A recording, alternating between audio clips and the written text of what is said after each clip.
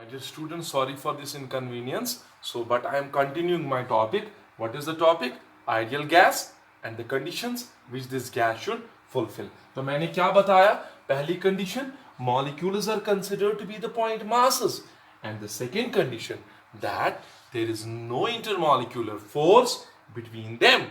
That means अगर आप इस एक सिलेंडर ले रहे हो और इस सिलेंडर में बेटा गैस मॉलिक्यूल्स हैं, नाउ ये गैस मॉलिक्यूल्स के बीच में ऑलरेडी सेपरेशन ज्यादा है और इनके बीच में कोई भी इंटरमॉलिक्यूलर फोर्स नहीं है बेटा।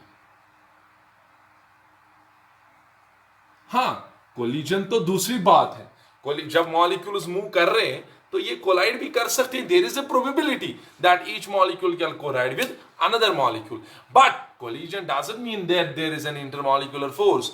इंटरमॉलिक्यूलर फोर्स यानी कि एक मॉलिक्यूल अगर एक जगह है, दूसरा दूसरी जगह है, तो एक मॉलिक्यूल का पाथ चेंज नहीं हो रहा है, इफेक्ट नहीं हो रहा है due to the another one. Why? क्योंकि उनके बीच में कोई फील्ड, इनके बीच में कोई फोर्स नहीं है। सो आइडियल गैसेस में मॉलिक्यूल्स के बीच में कोई भी इंटरमॉलिक्यूलर फोर्स बेटा नहीं होता है।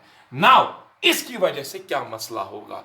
तो हम ये कह सकते हैं जब इसमें इंटरमॉलिक्यूलर फोर्स नहीं है तो बेटा इसकी जो पोटेंशियल एनर्जी होगी इस गैस की, दैट विल बी जीरो।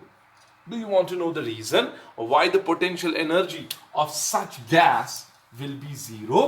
देखो बेटा कैसे। You know कि जब भी आप किसी फोर्स के अगेंस्ट वर्क करते हो, जैसे अगर यहां दो मॉलिक्यूल्स के बीच में इंटरमॉलिक्यूलर अट्रैक्शन, तो अगर मैंने इस मॉलिक्यूल को यहां लिया then I have to do work, because इसको ये मॉलिक्यूल अट्रैक्ट कर रहा है and that work will get stored in the form of energy known as potential energy. यही है ना कॉन्सेप्ट। अच्छा, अब देखो ये object, it has a tendency to go towards earth, it has a tendency to fall towards earth, but जब मैं इस ऑब्जेक्ट को अर्थ के अगेंस्ट ले रहा हूं, I am doing work. In fact, I have to do some work against this attractive force, and where that work goes, that work gets stored both in this pen as well as in this earth in the form of potential energy. That's why हम storing energy को potential energy कहते हैं। Now tell me बेटा यहां क्या हो रहा है? अगर आप यहां मॉलिक्यूल को, इस मॉलिक्यूल को इससे दूर कर रहे हो, चाहे यहां ले जाओ, चाहे यहां ले जाओ, चाहे आगे ले जाओ, now tell me क्या आपको इंटरमॉलिक्यूलर फोर्स के अगेंस्ट वर्क करनी है? क्या आपको ये मॉलिक्यूल इसको अट्रैक्ट कर रहा है ना रिपेल कर रहा है? So how much work has to be done so that I would move this molecule from one point to another point. So work done in displacing or in moving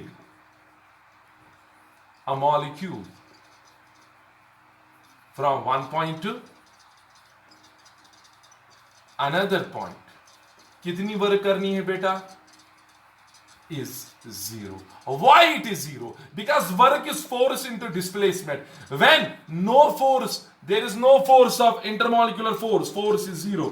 Therefore, work done is zero. No work has to be done here. कोई भी work नहीं करनी है क्योंकि यहां पे कोई force exert नहीं हो रहा है। सो अगर आप मॉलिक्यूल को मूव करना चाहते हो, इट कैन मूव फ्रीली। जैसे इसको कोई खींच ही नहीं रहा है, तो कितनी वर्क करनी है? जीरो। सो जब वर्क जीरो है, वर्क को ही हम पोटेंशियल एनर्जी कहते हैं। सो स्टोरिंग एनर्जी कितनी होगी? जीरो होगी ना बेटा। सो दैट्स व्हाई मैंने आपको बताया कि इस आइडियल गैस की जो बेटा पोटेंशियल एनर्जी होती है दैट इज जीरो। सो आप इसी में से तीसरी कंडीशन बता सकते हो, द पोटेंशियल एनर्जी, या इसका नोट लिखोगे आप, the potential energy of ideal gas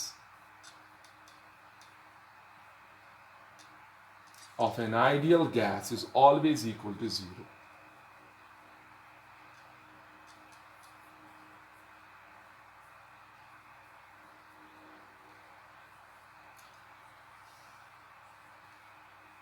so ये समझ आया क्यों है? क्यों मॉलिक्यूल्स के बीच में कोई अट्रैक्शन नहीं है। तो एक मॉलिक्यूल को एक जगह से दूसरी जगह लेने के लिए आपको कोई वर्क नहीं, आपको किसी फोर्स के खिलाफ वर्क नहीं करनी है। जब वर्क नहीं करनी है तो एनर्जी स्टोर भी नहीं होगी, so potential energy is zero. तो बताओ, यहां तो मॉलिक्यूल मूव कर रहे हैं ना, सो दैट मींस यहां जो मॉलिक्यूल्स आइडियल गैसेस की जो एंटायर एनर्जी होती है, the entire energy of ideal gas is kinetic or kinetic, you can say. तो बताओ, आइडियल गैस की जो एनर्जी होती है वो एंटायरली काइनेटिक होती है, टोटली काइनेटिक होती है, क्योंकि वहां पोटेंशियल नहीं है। तो अगर मॉलिक्यूल्स, इन आइडियल गैसेस के मॉलिक्यूल्स में जो इंटरनल एनर्जी है, किसी को इंटरनल एनर्जी में कंफ्यूजन है, he or she can go switch over to the thermodynamics. I have discussed, I have elaborated it, the concept of internal energy there.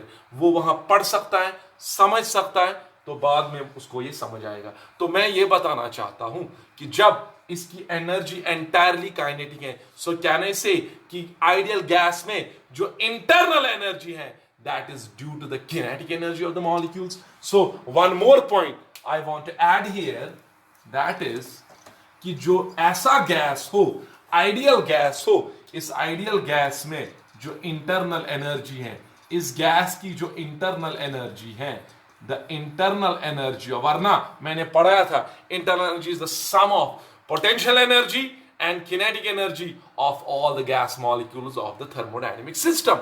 लेकिन यह ऐसे हमने डिफाइन किया था, internal energy is the sum of constituent, sum of the potential energy and kinetic energy of the constituent molecules of the gas.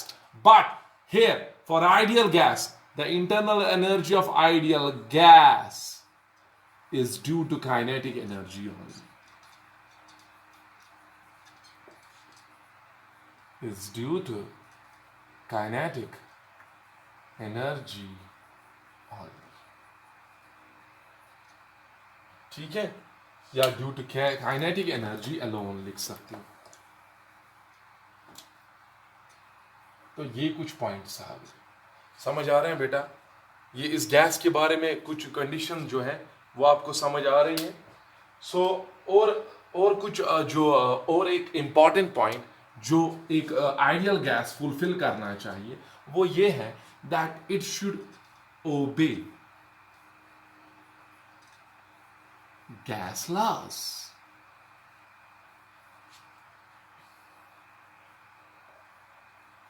बेटा एक और बात मैं बताना चाहता हूं कि ये जो आइडियल गैस है, it is also known as perfect gas. But ऐसे यूजुअली कहावत है, nothing is perfect, so that's why no gas is ideal gas, no gas can be a perfect gas.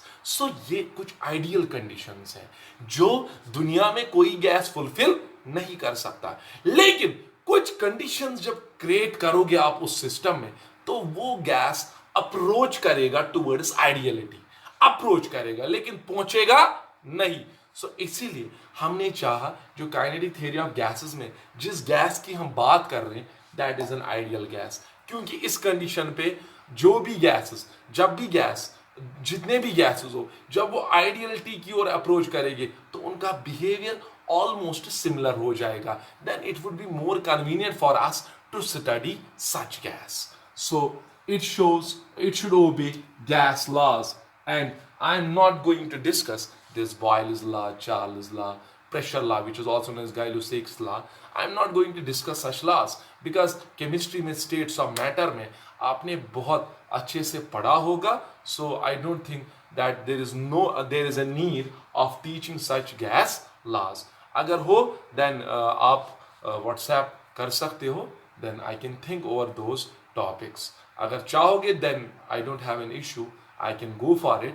But first of all मैं ये चाहता हूँ we should not waste our time. So this is already studied, so इसलिए मैं चाहता हूँ that I will ignore these laws. So gas laws को एक ideal gas obey करना चाहिए। वो gas laws क्या क्या है? Boyle's law,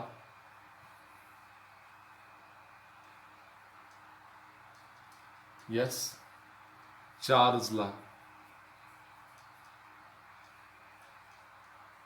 and yes, the third one pressure law और गाइलो-सिक्स law.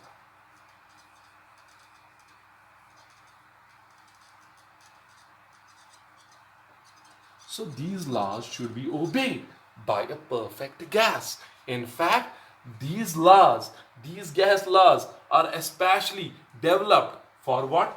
For this ideal gas, for this perfect gas. So these are actually idealized relationships. ये ideal relationships हैं. These are idealized relationships. लेकिन ये किन किन के बीच में relationships हैं? These are an ideal relationships between pressure, volume and temperature.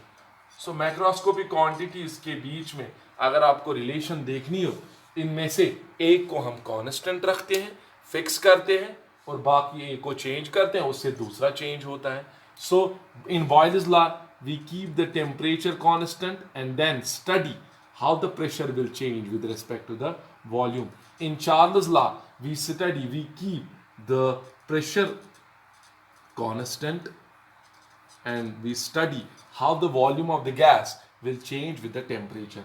In pressure law, we keep the volume of the gas constant and find out and study how the pressure varies with temperature.